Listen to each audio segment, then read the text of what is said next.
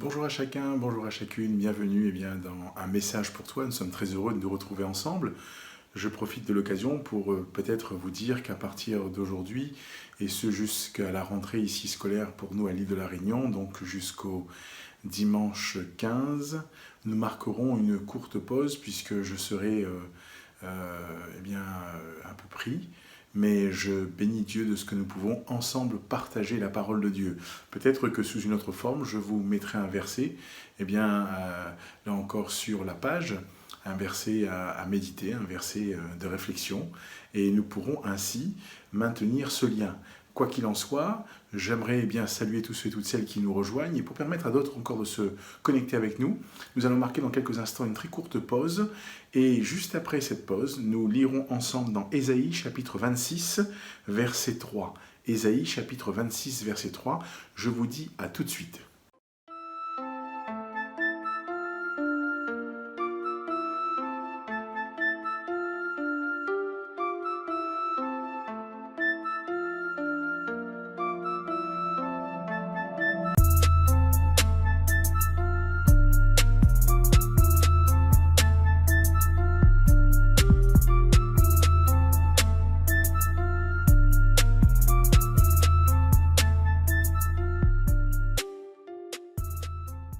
Nous poursuivons notre partage ce jour et je salue toutes ceux et toutes celles qui nous ont rejoints entre-temps.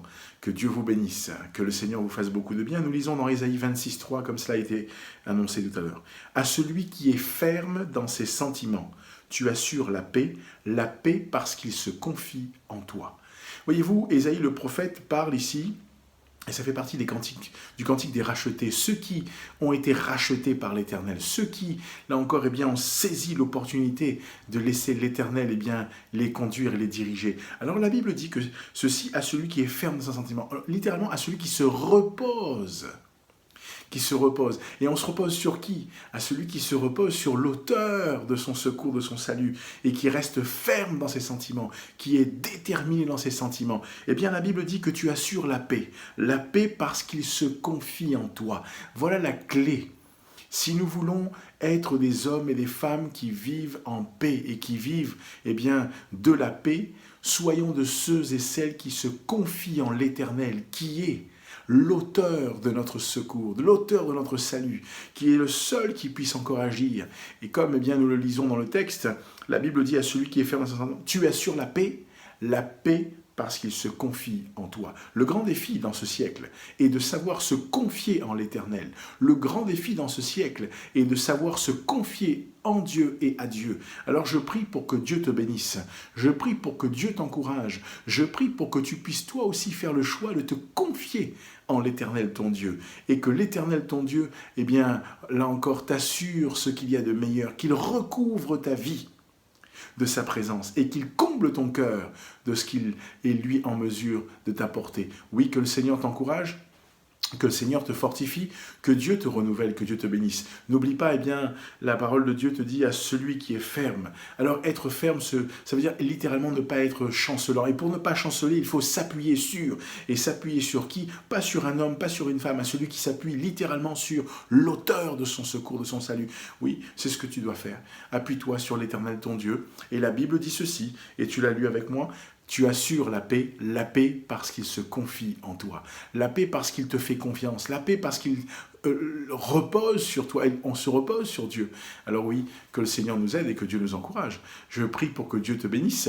Et je te souhaite d'ores et déjà une très bonne fin de journée, de matinée, d'après-midi ou de soirée. Mais n'oublie pas, nous avons mis en place avec le concours de la CMM un parcours qui est gracieux, qui est totalement gratuit, un parcours découverte. Et tu as le QR code qui s'affiche ou l'adresse, tu pourras flasher ou recopier, tu seras ramené sur une page intitulée « Un guide pour la vie ». Et là, je t'encourage à faire ce parcours. Prends ce temps-là de pause que nous allons marquer à partir de ce jour et jusqu'au 15 août pour nous. Prends ce temps et va sonder la parole et va sonder, fais ce parcours et laisse Dieu encourager ton cœur et laisse-le encore te fortifier. Que le Seigneur te bénisse, que Dieu t'accorde toute sa grâce. Je te souhaite bien sûr le meilleur et que Dieu te garde, que Dieu te renouvelle, que Dieu te fortifie. Je prie aussi pour que Dieu, dans ces moments particuliers pour nous ici à La Réunion ou ailleurs, dans les autres îles, je parle de la France, avec cette situation sanitaire qui devient de plus en plus compliqué, nous permettent de nous appuyer sur lui encore et d'être dans la paix de Dieu dans ces temps d'incertitude. Que Dieu te garde, que Dieu te bénisse. Partage la vidéo, n'oublie pas, partage-la autour de toi et que le Seigneur te fasse beaucoup de bien. Je te souhaite là encore le meilleur et je prie que Dieu te garde à tous égards. Je te dis à bientôt, nous nous donnons rendez-vous Dieu voulant pour le lundi 16 août. Dieu voulant, nous reprendrons notre activité, c'est-à-dire notre partage que nous voulons avoir avec vous, et ça sera un moment certainement richement béni. Prenez ce temps de pause et réfléchissez. Réfléchissez, laissez l'Évangile parler encore à votre cœur, et que Dieu vous garde et vous bénisse. Je vous dis à bientôt, et je prie que le Seigneur vous garde à tous égards, et que vos familles, vos amis, chacun soit imprégné et touché, impacté par la grâce de Dieu. À bientôt, que Dieu te garde et te bénisse.